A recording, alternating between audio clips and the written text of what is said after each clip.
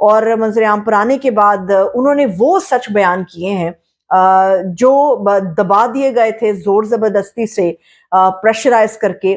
ان تمام جو سچ ہے اس کو انہوں نے نکالا ہے۔ اس میں جو ایک بہت بڑا سچ ہے، انہوں نے یہ بتایا کہ جس وقت اسلام آباد ہائی کورٹ سے عمران خان صاحب کی گرفتاری ہوئی تھی، ہمارے پاس یہ پکی اطلاع تھی کہ عمران خان صاحب کو اریسٹ کر لیا جائے گا، اور انہوں نے عمران خان صاحب سے کہا تھا کہ کوشش کریں آپ نہ جائیں، اس کو ٹال دیں۔ تو عمران خان صاحب نے اس پہ انہوں نے کہا، کال پہ ان کی واٹس ایپ کال پہ بات ہوئی تو عمران خان صاحب نے انہیں کہا کہ دیکھو ہمیں کل بھی جانا ہے، ہمیں پرسوں بھی جانا ہے، پھر اس سے اگلے دن بھی جانا ہے، جانا تو ہمیں ہے تو پھر کل کیوں نہیں۔ عمران خان صاحب نے جانے سے پہلے مسرت جمشید چیمہ ان کے ساتھ گاڑی میں موجود تھی، جنہیں یہ پیغام ریکارڈ کرایا تھا، اور اس کے بعد وہ پیغام نشر ہوا تھا، ہم سب نے دیکھا۔ تو وہ بتاتی ہیں کہ جب میں اسلام آباد ہائی کورٹ ہم گئے تو وہاں پہ جس طرح سے نفری تھی اور جو چیزیں تھی، جو لوگ ہمارے تھے، جس طرح سے ان کو مارا پیٹا گیا، نعیم پنجوتا کو جس طرح سے زخمی کیا گیا، عمران خان صاحب جو ہیں کہتے کہ میں اس وقت عمران خان صاحب کے ساتھ اندر تھی۔ عمومی طور پہ جب عمران خان صاحب پیشی کے اوپر جاتے تھے تو میں ان کی سیکنڈ جو بلٹ پروف کار تھی اس کے اندر موجود رہتی تھی،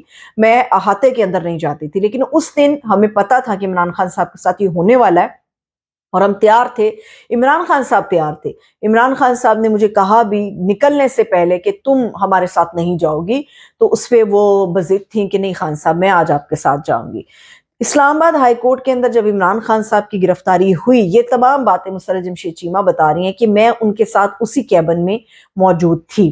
تو جب توڑ پھوڑ ہوئی اور ان کے لوگوں کو مارا پیٹا گیا تو عمران خان صاحب چیخ کر انہیں کہہ رہے تھے کہ تم یہاں سے چلی جاؤ، تم نکلو، تم یہاں پہ کھڑی کیا کر رہی ہو۔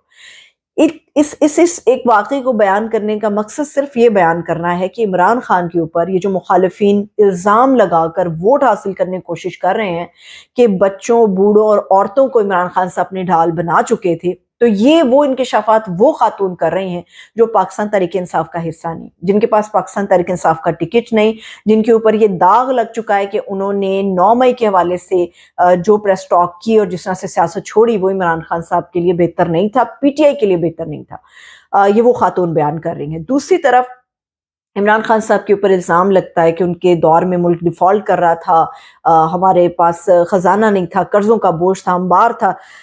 ان چیزوں کو محمد زبیر جو کہ خود مسلم لیگ نون کا حصہ ہیں، وہ بھی یہ بیان کرتے ہیں کہ یہ سراسر جھوٹ ہے، یہ ایک پروپیگنڈا تھا، اب وہ نون لیگ کا حصہ نہیں ہے، اسی لیے وہ اتنا زیادہ سچ بیان کر رہے ہیں جو دبا لیا گیا تھا، جو دبا دیا گیا تھا۔ محمد زبیر بھی اس بات کو ثابت کر رہے ہیں کہ جو عمران خان نے کہا تھا وہ سچ بات تھی، اور عمران خان نے جھوٹ نہیں کہا تھا۔ ان کے دور میں اکانومی بہتر تھی، ان کے دور میں روزگار بہتر تھا، ان کے دور میں چیزیں ایک بہتری کی طرف گامزن تھی، مگر چونکہ ہمیں آنا تھا، چونکہ نون لیگ کو آنا تھا، چونکہ نون لیگ کو لایا جانا تھا، چونکہ نواز شریف صاحب کی لینڈنگ کرانی تھی، اسی لیے یہ سارا پروپیگیٹ کیا گیا، یہ سارا پروپیگنڈا اسی لیے جو ہے وہ رچایا گیا۔ اس کے علاوہ یہ ساری چیزیں ثابت کرتی ہیں کہ پی ٹی آئی حق سچ پہ تھی، عمران خان حق سچ کے اوپر تھا۔ اب آ جاتے ہیں اس ایک اور چیز کے اوپر جو مانسہرہ میں نواز شریف صاحب نے گزشتہ روز جلسہ کیا ہے۔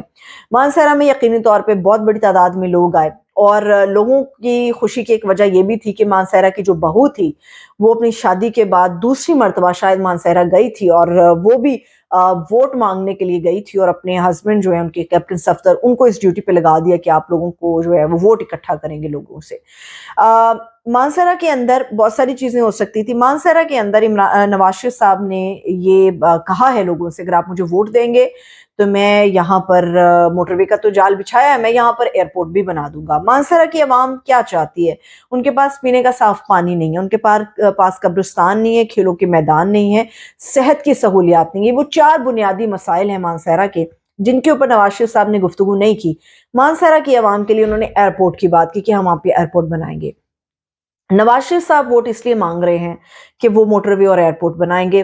شہباز شریف صاحب ووٹ اس لیے مانگ رہے ہیں کہ وہ نوجوانوں کو لیپ ٹاپ دیں گے۔ مریم بی بی ووٹ اس لیے مانگ رہی ہیں کیونکہ انہیں لگتا ہے کہ عمران خان ان کا سب سے بڑا دشمن ہے، اور اسی کے اوپر مخالفت کر کے وہ ووٹ حاصل کریں گے اور خود ایک شہزادی کی طرح بتائیں گے کہ ہاں میں جیت گئی ہوں۔